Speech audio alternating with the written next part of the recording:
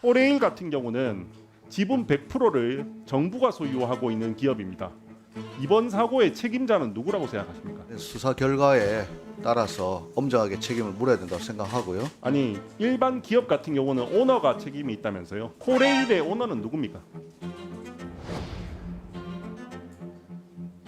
100% 지분이 있는데 이거의 정부면 정부의 수장인 이재명 대통령 아닙니까? 대통령도 아마 이 사고에 대해서 크게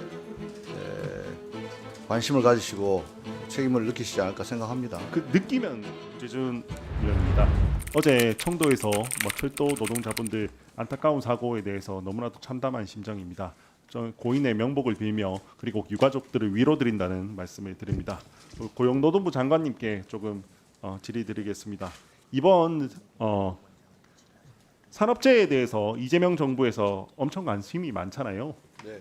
이재명 대통령께서 여러 가지 이야기들을 많이 하셨어요.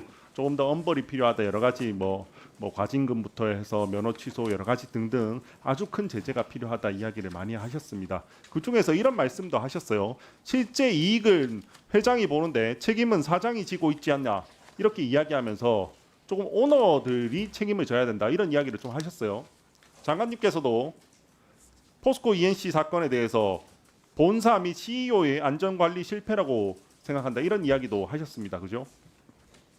자, 이번에 코레일 같은 경우는 지분 100%를 정부가 소유하고 있는 기업입니다. 이번 사고의 책임자는 누구라고 생각하십니까?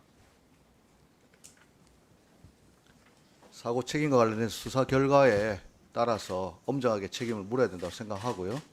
아니, 일반 기업 같은 경우는 오너가 책임이 있다면서요. 코레일의 오너는 누굽니까? 100% 지분이 있는데 이거의 정부면 정부의 수장인 이재명 대통령 아닙니까? 대통령도 아마 이 사고에 대해서 크게 관심을 가지시고 책임을 느끼시지 않을까 생각합니다. 그 느끼면 됩니까 그냥? 그러면 앞으로 오너들도 책임을 많이 느끼면 되는 건가요?